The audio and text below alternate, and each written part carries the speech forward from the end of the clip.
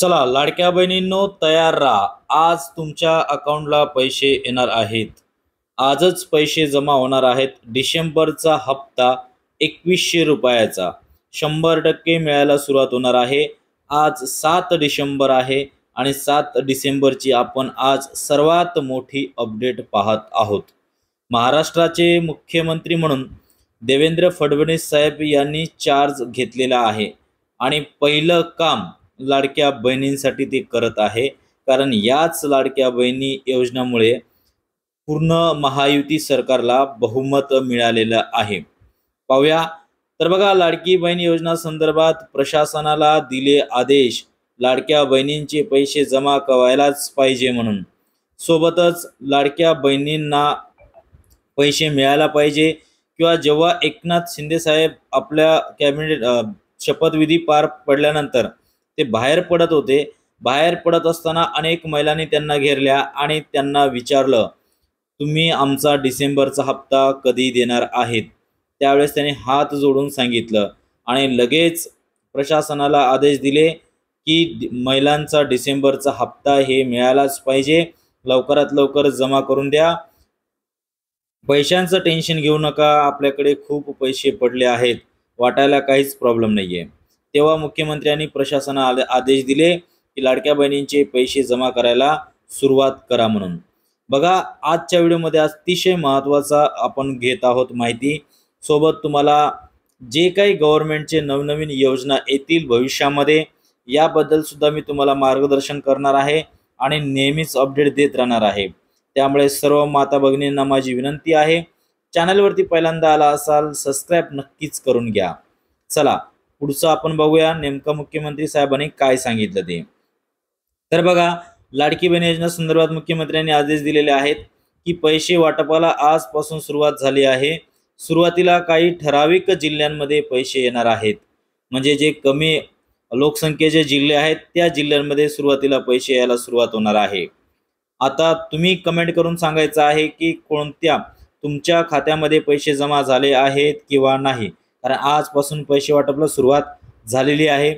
कोणत्या जिल्ह्यांमध्ये सगळ्यात आधी पैसे येणार आहे हे देखील मी तुम्हाला सांगणार आहे। चला पुढचा पॉइंट बघूया। परंतु याच्यामध्ये काही निवडक महिलांना वगळण्यात आलेले आहेत। बघा, हा महत्त्वाचा पॉइंट आहे। काही निवडक अशा महिला आहेत की त्यांना या योजनेमधून बाहेर काढण्यात आलेल्या आहेत, असं देखील मुख्यमंत्री साहेबांनी सांगितलं आहे। तर त्या नेमका महिला कोणत्या आहेत ते सुद्धा पाहूया।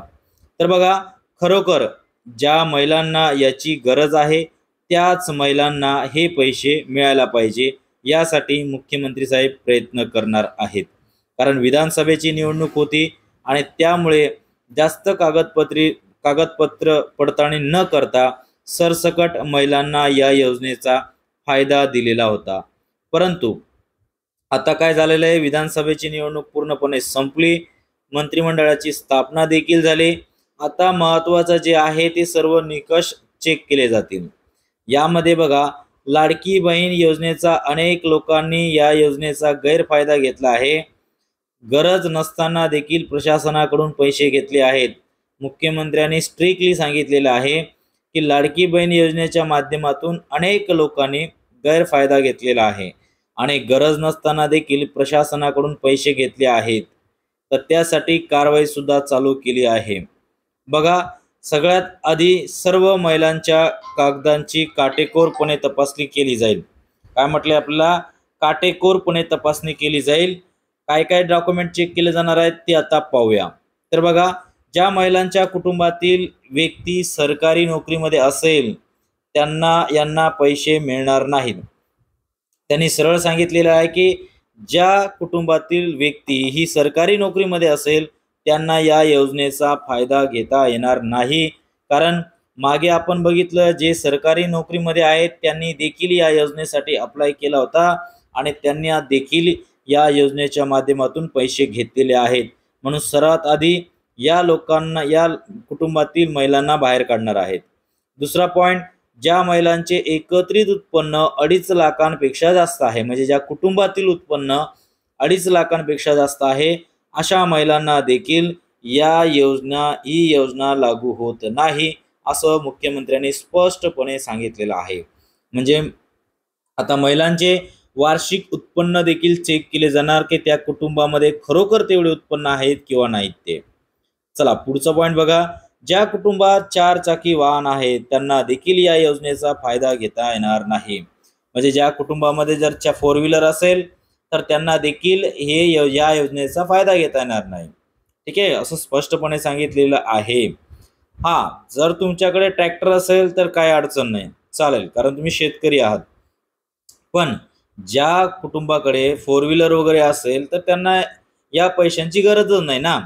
ज्या गरीब कुटुंबातील महिला आहेत त्यांना यांचा फायदा होऊ द्या, असाच उद्देश या योजनेचा आहे. पुढे काय म्हटलेलं आहे, बाकी सर्व महिलांना डिसेंबरचा हप्ता आजपासून मिळायला सुरुवात होणार आहे. बाकी सर्व ते निष्कर्ष पाडण्यासाठी ते जे काही अटी आहेत ते सांगितल्यानंतर मुख्यमंत्री साहेबांनी स्वतः सांगितलेलं आहे की बाकी सर्व महिलांना डिसेंबरचा हप्ता आजपासूनच मिळायला सुरुवात होणार आहे. अशी संपूर्ण माहिती आपण आज बघत आहोत. बघा लाडक्या बहिणींनो, आतापर्यंत महिलांना या योजनेच्या माध्यमातून 7,500 रुपये मिळालेले आहेत. किती मिळालेले आहेत? तर जवळपास 7,500 रुपये मिळालेले आहेत. ओके, आता जे काही हप्ता मिळणार आहे तो 1,500 रुपयाचा मिळणार नाही, कारण त्यांनी ज्या पद्धतीने आपल्याला याच्यामध्ये घोषणा केली होती विधानसभेमध्ये निवडणूक असताना की 2,100 रुपये महिलांना करणार, आता त्यांना ही अमाऊंट द्यावीच लागणार आहे. आणि विशेषतः या अमाऊंटमध्ये आजपासून सुरुवात झाली आहे. आता नेमका तुम्हाला मी पण सांगितले कोणत्या जिल्ह्यांना वगळण्यात आलेलं आहे. बघा, काही जिल्हे जरा स्टॉपला ठेवलेले आहेत, पण काही जिल्ह्यांमध्ये पैसे वाटपाला सुरुवात होणार आहे.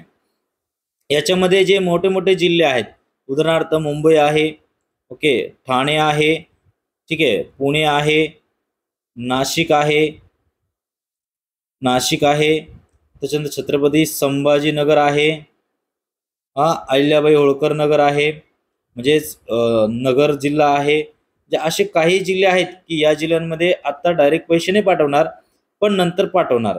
पण बाकीचे राहिलेले जिल्हे जे आहेत याच्यामध्ये नागपूरला पण लगेच नाही भेटणार, त्यांना पण वाट बघावी लागणार आहे. बाकीच्या जिल्ह्यांमध्ये वाटप आजपासून सुरू होऊन जाणार आहे. ठीक आहे, आता महत्त्वाचं म्हणजे याच्यामध्ये नेमका कोणकोणत्या बँकेचा समावेश असणार आहे. सगळ्यात आधी कोणत्या बँकेमध्ये पैसे यायला सुरुवात होणार आहे? जे नॅशनल लेवलच्या बँक आहेत, उदाहरणार्थ इंडियन पोस्ट खाता असेल यांना तर सगळ्यात पहिले येणार. त्याच्यानंतर SBI वगैरे, SBI बँक असेल त्यांना पण भेटणार, महाराष्ट्र बँकवाल्यांना पण भेटणार, त्याच्यानंतर बँक ऑफ इंडियाला पण भेटणार, म्हणजे बँक ऑफ बडोदा वगैरे जे नॅशनल लेवलच्या बँक आहेत ना त्यांच्यामध्ये पैसे यायला काय अडचण नाही आहे, ते येत राहणार आहे. तर बघा, ही महत्त्वाची अपडेट आहे. आणि दुसरं महत्त्वाचं म्हणजे बघा याच्यामध्ये कसं होणार आहे, आता काही महिलांचा असाही प्रश्न होता की आम्हाला तर फक्त 4,500 रुपये आलेत, कोणाला 3,000 रुपये आलेत, है ना. तर यांचं काय? तर बघा तुम्हाला एक गोष्ट सांगतो, तुमचं जर तुम्ही जो पात्रता आपल्याला दिलेली आहे, मी याच्या अगोदर पण सांगितलं, त्या पात्रतामध्ये जर तुम्ही बसत असाल तर तुम्हाला सगळे पैसे भेटतील. सगळे पैसे कोणते भेटतील? बघा, तुम्ही जर 4,500 रुपये फक्त यात अगोदर घेतले असाल तर पेंडिंग राहिलेले 3,000 प्लस हे 2,100 रुपये, अशी टोटल अमाऊंट तुम्हाला जवळपास 9,600 रुपये येतील.